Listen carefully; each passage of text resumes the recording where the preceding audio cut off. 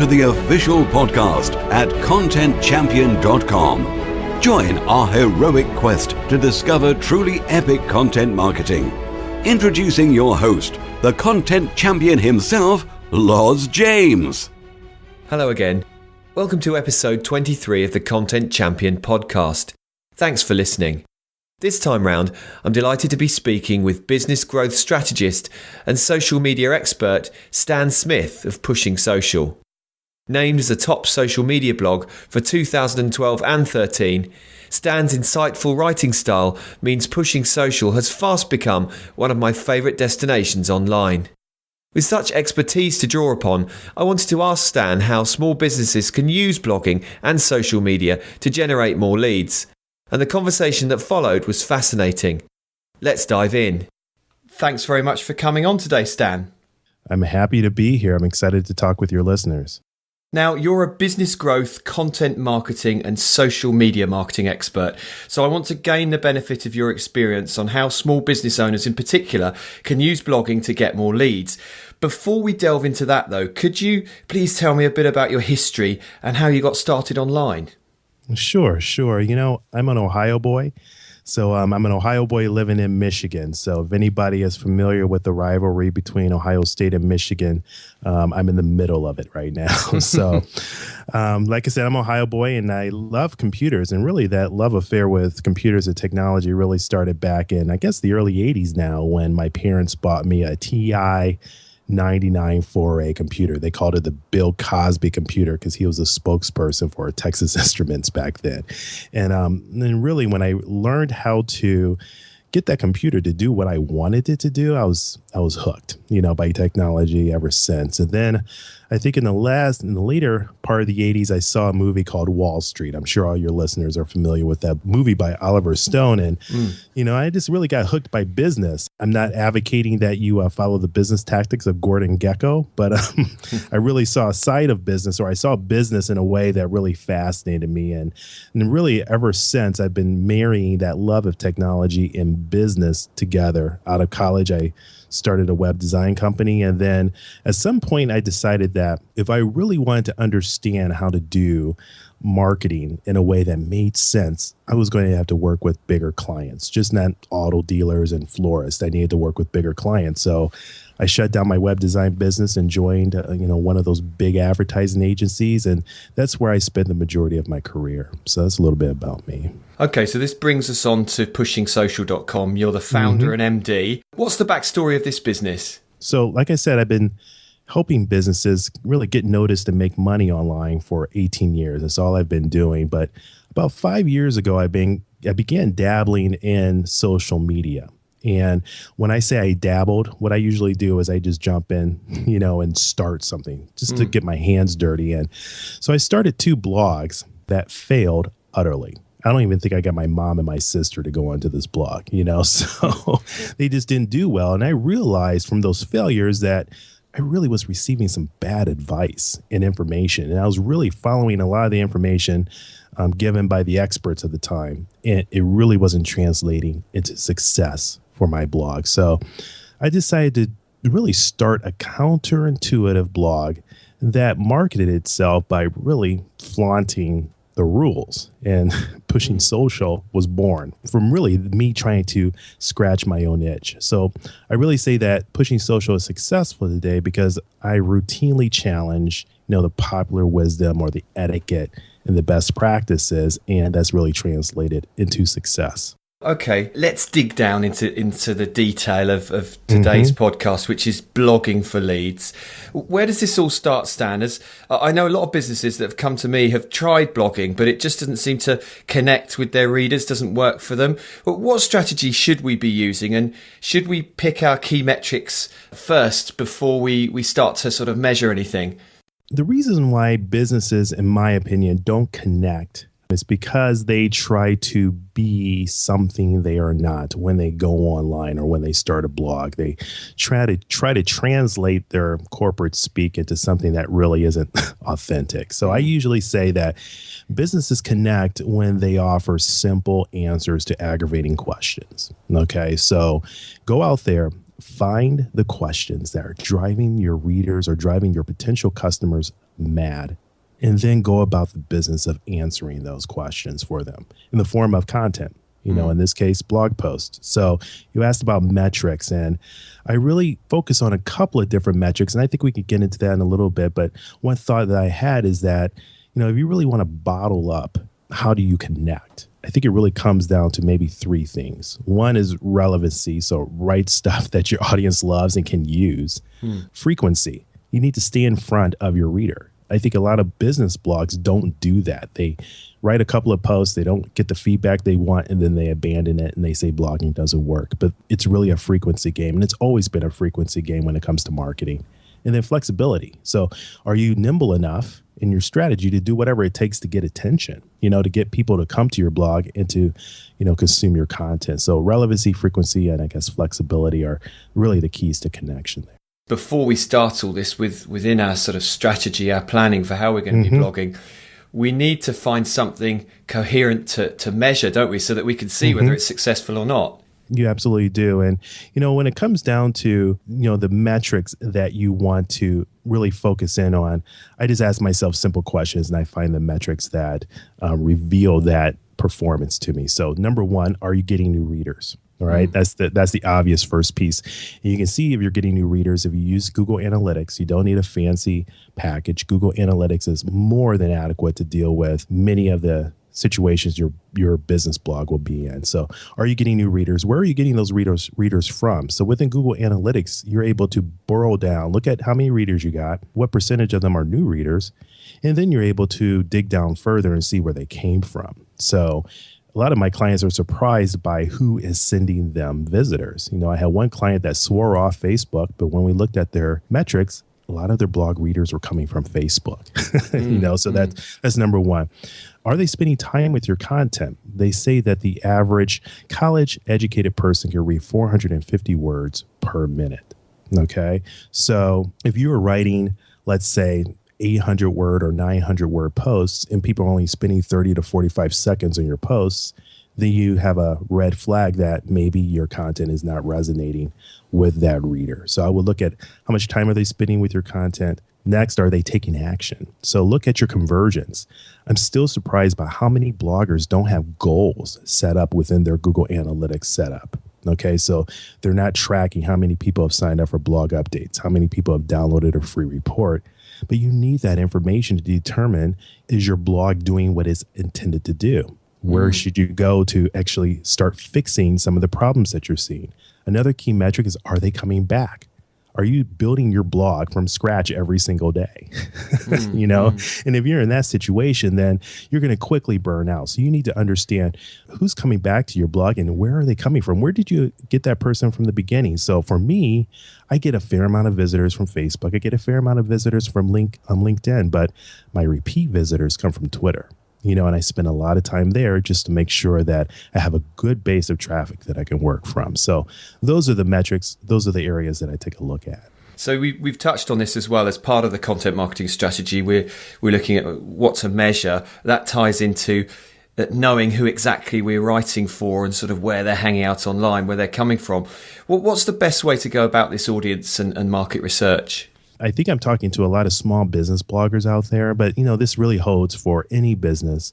But you need to understand, first of all, what questions are being asked.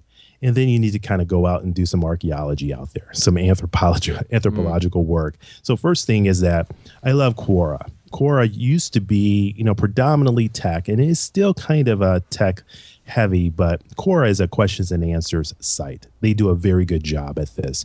And you can go into Quora and type in your subject, and you will get a list of people who are asking questions about that subject. Find who is answering those questions and follow the breadcrumbs back to their blog. You may find a lot of your readers sitting on those blogs. So that's number one. Facebook groups is another way of kind of doing that investigative work. I love Google search. And a lot of people overlook this because it's so common. But when you start typing in a search term within Google, Google starts suggesting terms. There's a lot of information in the terms that they suggest. A lot of times those terms they suggest are questions. Go ahead and click on that question and see what results come up. The top results, Google's already done the hard work for you. The top results are the people who are most relevant to your audience. Go to those blogs. Go to the comments section. See the questions that are being asked there. That could give you some content ideas. See who shows up in comments frequently to answer questions. That's another person who's doing a great job. Follow them back to their blog. That's where your audience is probably hanging out at. LinkedIn groups, you can use them the same way as you would use Facebook or Quora. And just simply, at the end of the day, just ask your customers, where did you hear about me? Where do you like to spend time? Where do you get the best information about this subject? Listen to them and set up a strategy to get in those areas. And in terms of, we're looking at the planning for the blog content, you touched on it there as well. Perhaps when we find those blogs, we look at what are the most popular articles on those sites, what's got the most social shares, and perhaps come up with some alternative titles to some of the most popular content ideas on those blogs. Right. I think that when I'm going about looking for blog content or really planning blog content, I do look for questions, answer those questions. Controversy. Businesses usually shy away from controversy. I'm not saying be controversial for the sake of being controversial, but understand what are the topics that really people choose sides on. Your future audience is going to want to know where you stand. And providing a really reasoned point of view on something that's particularly controversial or provocative in your niche could be a great way of attracting more traffic. How to, people love how to, explanations, outlines, processes, steps, checklists. That's great content. And one thing I think people don't really, at least people in the social media niche, doesn't really talk about is success stories. Find somebody that is using your product or has used your service and they love you, and write their story. Talk about them.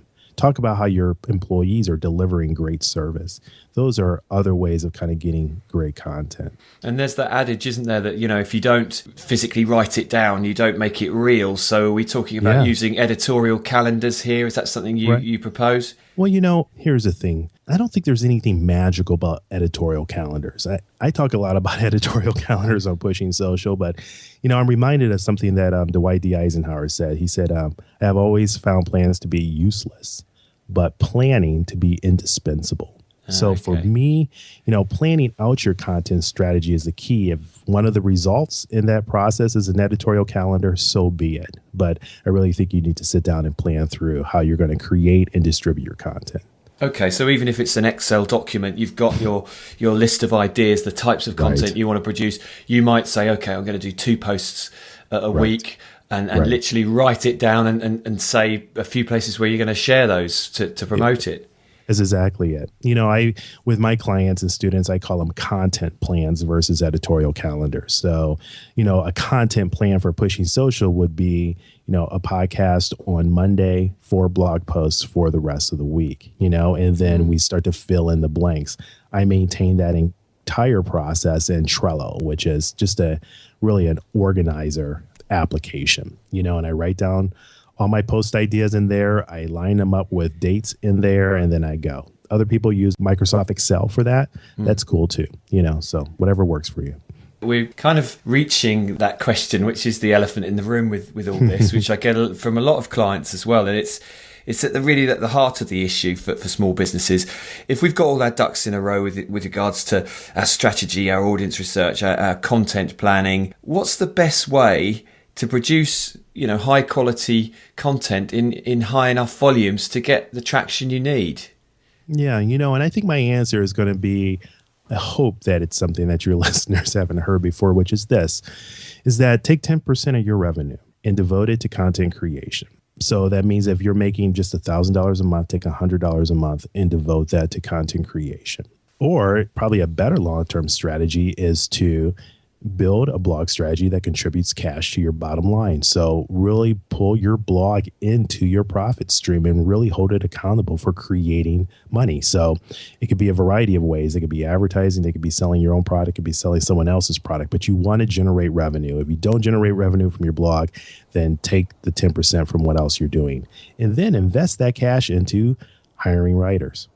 Okay. So if you have $100 a month, you can get 4 to 5 good blog posts from solid writers. Okay, that gets you on the playing field. All right. And you can sustain that because you've made an investment by taking it out of your revenue. And then you just need to build a process for, content ideation. So it's cheaper to hire a writer if you give them what to write. Okay. Mm-hmm. So if you have an idea, give them your editorial calendar. It says, I want to talk about this. I want to talk about this. And I'm going to guarantee you 8 posts if you can write these. You can get a process around your article assignment, editing, and publishing.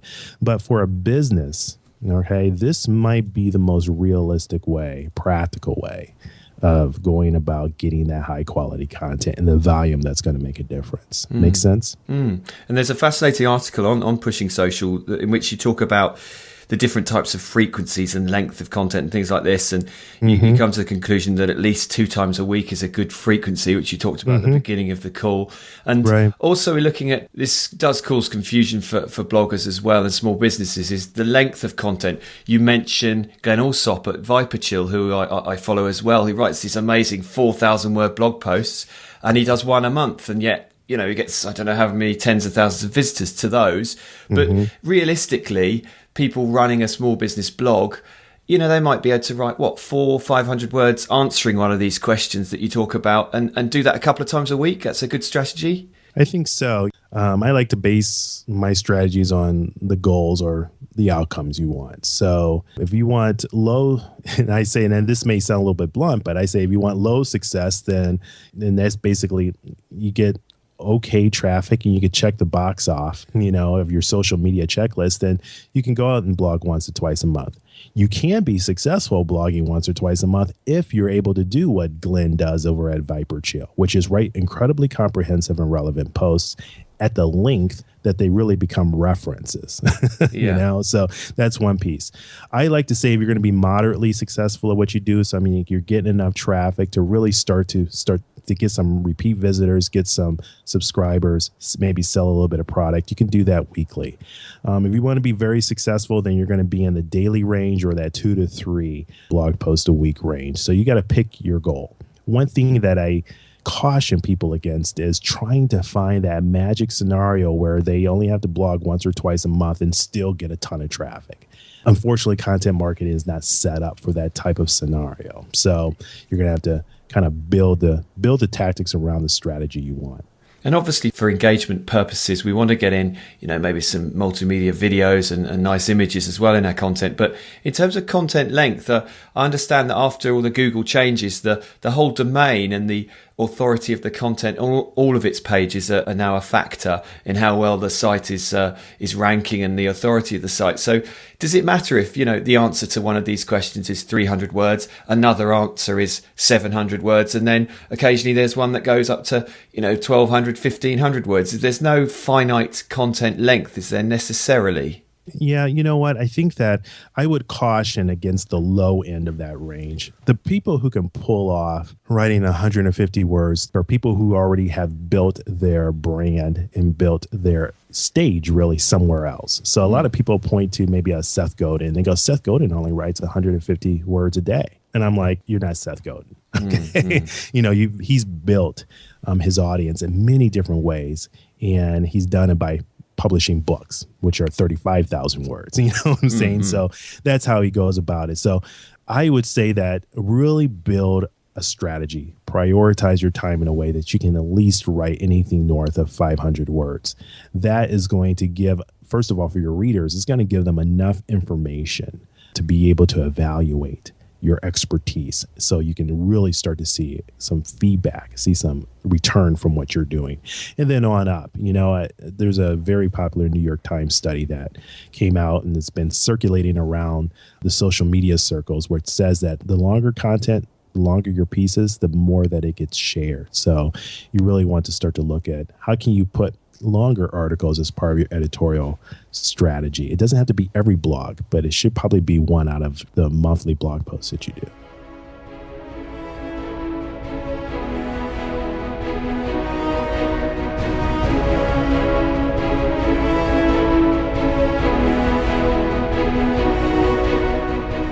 You're listening to the Content Champion Podcast, showcasing the best content marketing strategies across the web. We're back with Stan Smith.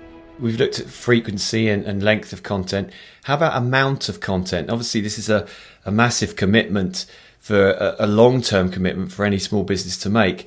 How many blog posts do you need on a blog before it really starts to gain traction from not only the search engines, but, reaches a sort of critical mass in the viewer's eyes? I could talk from my experience and some of my clients' experience. It seems to be there's no magic number, but it does seem that when a blog has at least 100 to 200 blog posts, I like to say 150 just to kind of average the difference there. That's when, first of all, you have enough pages or enough of your blog post indexed in the search engines that people start to find their way to you by just doing searches on their own. And really, I think that's the key thing here is that for most bloggers, if you were to look at their analytics, you're going to see that the number one contributor of traffic is Google. Okay.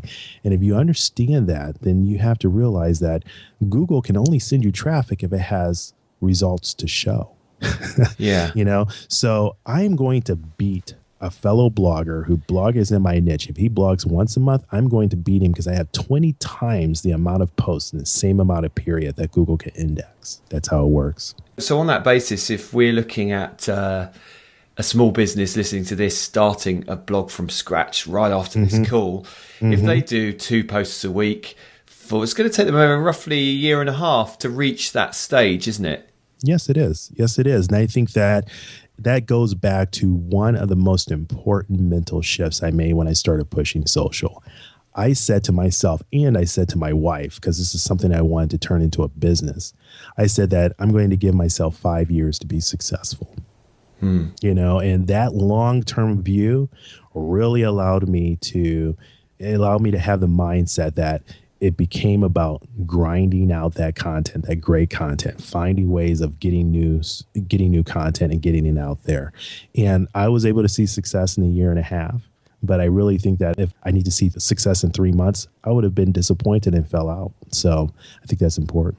You said it yourself there, getting the content out there. That dovetails neatly into our next question, which is about promoting the content. And this is massive, really, because the old adage again of, if you write it, they will come, doesn't necessarily apply to this, especially with the changes to Google and everything else. So what are your key content promotion strategies, Stan? I use a multi-platform strategy. So one thing that bloggers have to realize is that if you are a writer, you are creating content that people really don't want to read, meaning that the majority of people don't want to read because the majority of people don't like reading. So you're going to have to find ways of taking that same blog post and translating it or repurposing it to different mediums. So I always tell my clients and students that, listen, once you get done with your blog post, I would like you to pull up a recorder, get yourself a decent mic, and record yourself narrating that blog post and maybe throw in some color commentary in there. So basically turn your post into a podcast, number one. Put it up on iTunes and let Apple work hard on getting you visitors. Second thing you can do is, take your key points in your blog post, put them onto a PowerPoint slides, and record yourself with a screen share application like ScreenFlow or Camtasia and create a screencast of it. Put that up on YouTube. Let Google bring you some visitors. Last, you can take out the audio and just put it up on SlideShare, right? Mm-hmm. So I think you need to be a multi-platform blogger in today's environment. And then your social networks, I think people should be doubling down on their social networks. And the key with social networks is simply this. You need to be publishing great resource links on a constant basis. So you're not going to see a lot of performance out of a social network like Twitter if you're only posting or tweeting twice a day. All right. You look at your activity stream. I'm sure you see hundreds of posts go by, So if you're going to make a difference, you need to set up a process that you're able to schedule 10, 15, maybe even 20 tweets a day so you can start to attract that traffic to your blog. Oh, really? That many? So you've really got to get on it. Sure. One thing that people overlooked about 2 or 3 years ago, Guy Kawasaki runs Alltop. He's famous for being an evangelist at Apple in its early days. And if you sign up for Alltop or you sign up for Guy Kawasaki's or you follow him on Twitter, you're going to get at least 10 tweets an hour, right? Wow. And that's just incredible. I don't see how anybody can keep that up. I don't know if that's a great strategy at that volume. But what I took away from that was, if you want to get Twitter traffic, you have to increase the chances that your tweet shows up in front of your audience. So the best way to do that is actually to tweet really good information at a higher frequency, just to be able to get in front of your reader. And often, because you're doing this stuff yourself, you're producing the tweets, the Google Plus posts, whatever. If you do too many, or you think you're doing too many, you're thinking, because you're in it from your side, you're thinking, oh no, I'm going to be bombarding everyone. But of course, you might put out 100 posts a week, 100 links a week, and the target audience you're after, they only see a very few of those, a handful of those. That's exactly it. And Facebook itself, Facebook has a similar situation right now. The big problem or the big concern with Facebook is that it's been revealed that our people who follow us are only seeing maybe 6% of the content we put out there. And that's just really got people out of sorts. And really the only way to combat that is, one, increase the engagement that you have with the content you currently have on Facebook. Another thing is, you're probably going to have to put more Facebook content out there. So that's just how the social networks are created. They have a strategy of getting more content, from you. So if you're going to play that game, you have to increase your content frequency. Are you doing any link building, any sort of, traditional inverted commas SEO anymore? You know what? Link building for me, I think it's part of I get links naturally by writing helpful posts, right? And people link to those posts, and those are high quality links that Google actually factors in. I do a fair amount of guest blogging. Now, I can guest blog fairly easily because I'm kind of a known quantity around the blogs that I work with, right? So, I've built a relationship that I can get a post on Copyblogger or ProBlogger where my audience is. For some niches, guest blogging may not be the best thing to do because it may be hard, first of all, to get on the blog. And second of all, you may not get the traffic that you may have gotten in the past. So really, for link building, for me, I just write good content, good to great content. And I also, I'm very big into podcasting and interviewing great people on my podcast, which those people always put a link back to the podcast on my site, which is a great link as well. For sure. Okay. So we got all these people to our sites from the different promotional methods you've described. The content's great. They're thinking, okay, like I did when I came to your site, I want to get in touch with this guy. How do you convert those tire kickers into people that are going to consume our products and services? Right. And I wrote a blog post about this a little bit in terms of writing what I call pre-sale posts. So pre-sale posts are, you put yourself in the mindset of a person who's getting ready to make a decision to buy your service, and ask yourself, what do they need to know to understand my service? What do they need to believe to understand that I'm trustworthy and reliable and credible? What do they need to see? What objections do they have? What questions are they asking? Turn your responses, your answers to those 5 key areas into blog posts.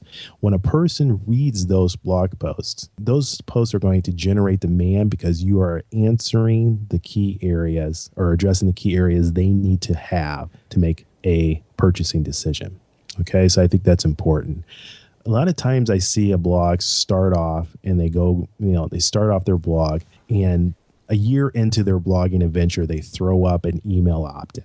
And that's kind of backwards. You should start collecting emails by giving away a very good comprehensive offer right from the very beginning, so you can start getting people on your list. And really what that's all about is just getting permission to talk to them via email or live, for that matter.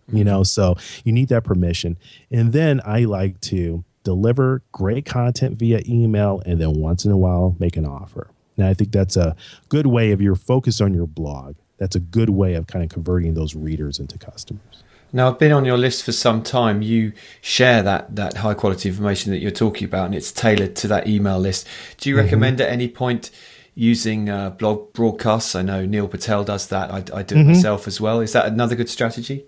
That's a great strategy. And I did blog broadcast up to about 2 months ago. But what I was seeing is that my open rates were declining. Okay. And I also was seeing that my click-through rates were declining. All right.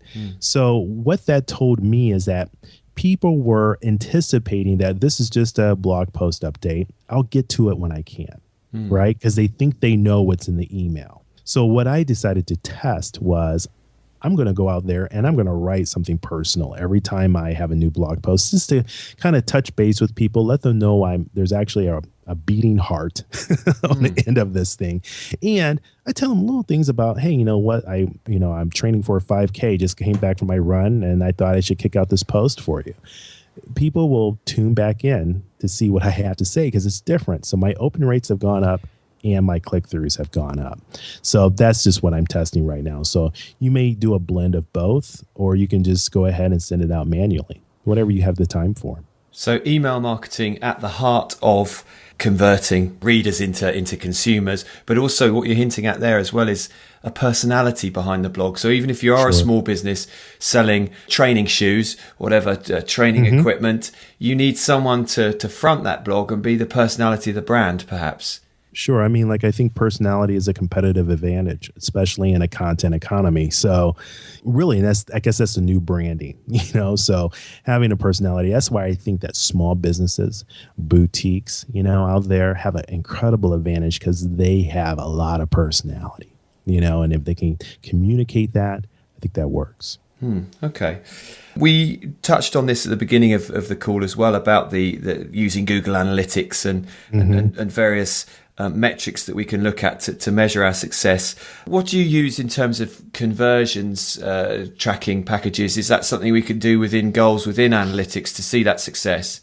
Sure. Yeah, Google Analytics does have the ability for you to set up goals, and you're able to track back your conversions to the content that generated that conversion, and then you're able to track that reader back to their source of where they came from.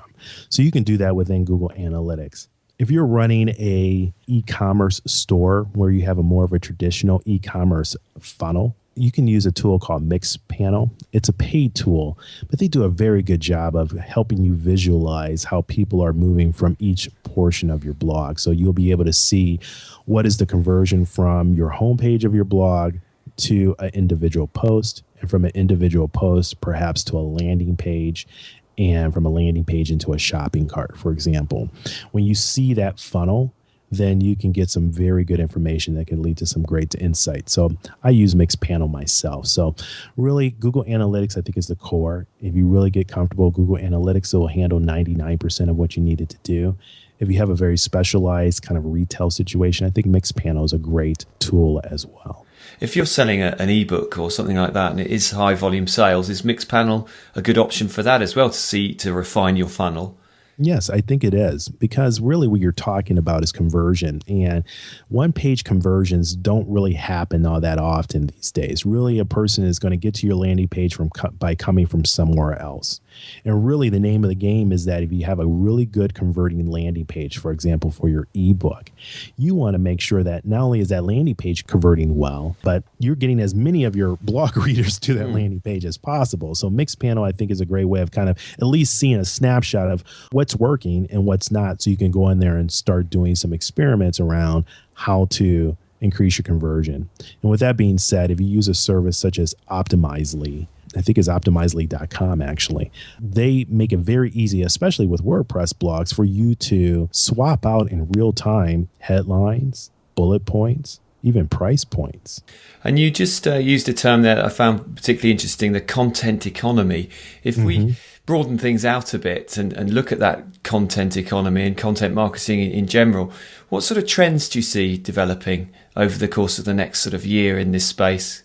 I kind of have a jump on this question because I asked this exact question, I guess in a little bit different form, to my guest on the Pushing Social podcast. And you know what? What I think is going to happen is that, first of all, I think Google will become the world's fastest and probably the most accurate talent scout. Okay, so you got to think about that. Billions of people use Google. Google has an amazing amount of information on not only who you are, but what you produce and how people respond to it. So I think Google is going to get into the talent scout game. They're going to find your next door neighbor, say you're incredibly popular with this particular topic. Let us give you a homepage. Let us give you a YouTube account. Let us run your analytics. We will run your ads. Okay. So that's going to be, I think, something that's going to happen. So they're going to use their platform to make ordinary people famous, in my point of view. Because really, when you think about it, 6 billion people, there's probably a lot of people out there who are undiscovered that Google probably already knows about them. So I think that's one thing. I think social networks will become incredibly sophisticated reality networks. You've seen this a little bit with Facebook and their Paper app. And with Paper, what they're doing is taking your newsfeed and what you produce and putting it into a beautiful, succinct, and linear form for people to consume. I think more people are going to do that. And then if you want me to go really out there, I think that the next rounds of mergers and acquisitions and that's going to happen will be cable companies like Comcast and really Netflix, buying social networks, buying apps. Because they're getting to the point where they just need to get their product into the life of their potential viewers. And the best way to do that is social networks and apps. So I think you're going to see somebody like Comcast start to make a play to buy apps in the future. I mean, they're fascinating predictions, but is there room for the small business within this future? Is it just, are we witnessing a corporatization of the internet, or is there room for the little guy, if you like? It's not a patronizing term, but the small business out there, is there still room for them online? Absolutely. Absolutely. I think in those predictions, if you just kind of take away all the fancy language, it really comes down to this. These companies, these large companies with huge platforms, they need content. Plain and simple. Okay. They are the dial tone. They create all the technical whiz bang machinery that makes all this go, but they need people who are passionate about what they do to create content.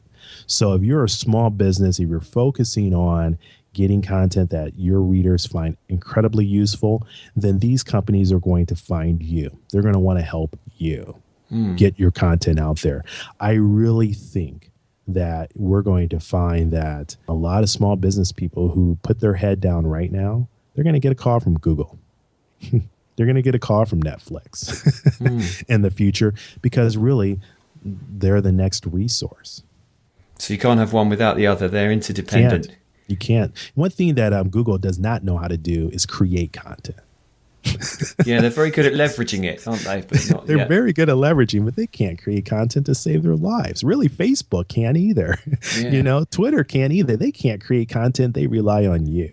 Oh, that's good. That's heartening news then. So everyone listening to this, there is a future in all this, and expect a call from Larry Page. Exactly.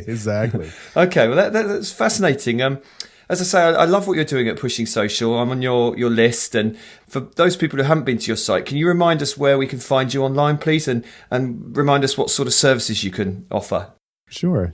So I like to say that if you want to know what to do when it comes to content marketing and blogging, go to pushingsocial.com. If you want to learn how to do it, then you can go to a site part of Pushing Social, which is called 10K. That's the number 10K .pushingsocial.com. Wait for it, listeners. Here comes the PS question. This is what I call the PS question. Could you please share one advanced content marketing strategy with my listeners that they can take away and use right after this call? You know what? I think I stole my old thunder earlier in the in the call, but I say that invest 10% of your revenue in content creation. Give yourself the resources to be able to create high quality content at a high value. Fantastic. It's a great tip and a fascinating conversation. Thank you very much for your time, Stan. I really appreciate it. Thank you. I had fun. So there we have it, guys. That was episode 23 of the Content Champion podcast. Thanks again to Stan Smith of Pushing Social for a great interview. As always, you can find this podcast on the Content Champion blog, Stitcher, Zune, the BlackBerry Network, and iTunes. Keep those reviews coming if you like the show. But until next time... Is it a bird? Is it a plane? No, it's the Content Champion.